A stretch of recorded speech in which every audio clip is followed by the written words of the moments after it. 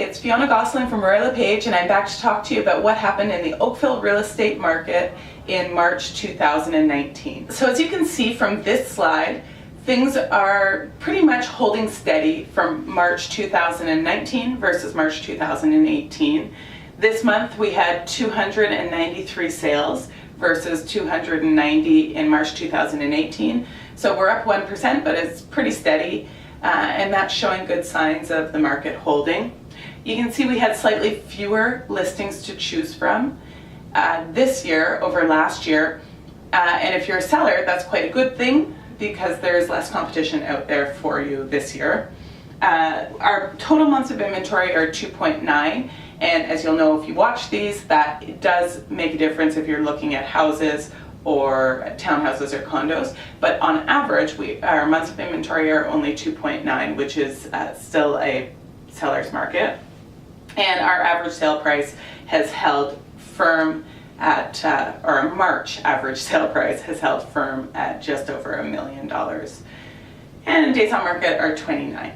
So you can see from this slide we had quite a few more sales in March versus February and January, and that's quite typical of the signs of a spring market starting to pick up. So in February, when we only had 162 units sold, this month we had 293, so that's a good sign that things are starting to happen. We had more units available, and that's also indicative of the spring market starting to pick up. And our months of inventory have gone way down to 2.9 versus 4.5 in February. With statistics in Oakville, I'm always a little bit leery because there isn't really enough data or enough volume of data to make this totally statistically relevant. But it is interesting to look at that trend. Average sale price is up over the previous month, but if you remember from the previous slide, is the exact same as it was last year. So again, not totally painting an accurate picture there, and days on market are down slightly. Now this is my favorite slide because it breaks down the category of property that's actually selling in Oakville, and it's pretty important to look at this depending on what you're trying to buy or sell. So we had 142 detached sales last month. And people, if you were shopping for or selling a detached home, there were 540 units to choose from. And that means there's 3.8 months of inventory. This is pretty interesting when you compare it to last month. What was happening, we had 5.2 months of inventory. So that was very much a buyer's market, and this has switched to a more balanced seller's market. And that's based on the number of units on the market and the number of units that are actually selling, that absorption rate. So that is a good sign for a healthy market. Our average sale price last month was $1,264,000, and you can see that the average sale price in March for a detached home was $1,363,000. So that has jumped up a bit, and part of that it has to do with the number and types of properties that have actually sold. So it's not that prices have appreciated $100,000 month over month, but when we're looking at averages, there you have it.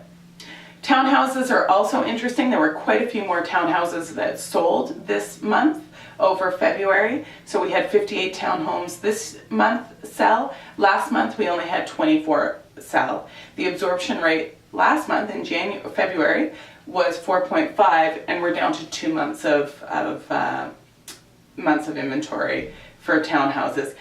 If you remember, go back to December and November of last year, this is kind of in line with our months of inventory then for this product. So really, January and February were anomalies with just a slower, sluggish market for those months. And I think part of that has to do with the weather and having a particularly hard winter, and now that things are starting to thaw, it's getting a little bit easier out there. Condos, we had 51 sales compared to 24 last month.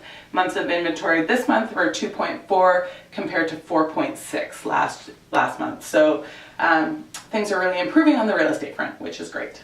This slide I'm just going to breeze through, but if you did want to have a look at these, they're all on my website at fionnagosling.com/market update.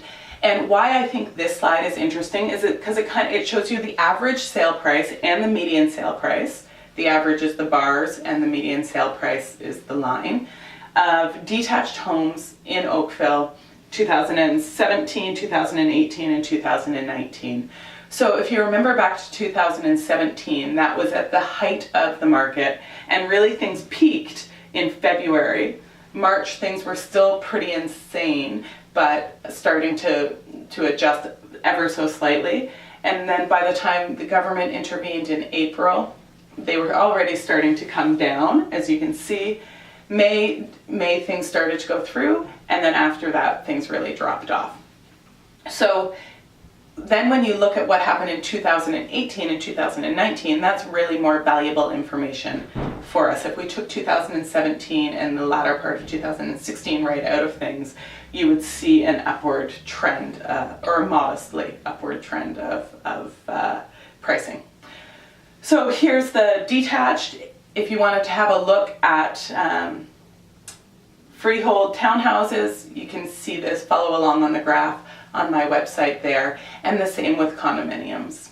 And as always, real estate is so local specific. What's happening in certain pockets of the market might not be happening in other pockets of the market. It really does depend what's out there, the condition of the property, the age of the neighborhood, and the type of property that's predominantly found in those neighborhoods. But I do track every month the number of units that have sold, the number of in each particular neighborhood, to start to get a real micro analysis of what's happening in each particular neighborhood.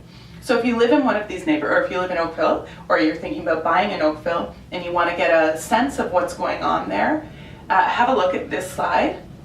And you can go back historically and look at that, or you can give me a shout and I will just condense all of the information for you and give you a better picture of what's actually happening in those neighborhoods. Let me know if you ever have any questions about what's happening in Oakville real estate, and I'm always here to be a resource to you.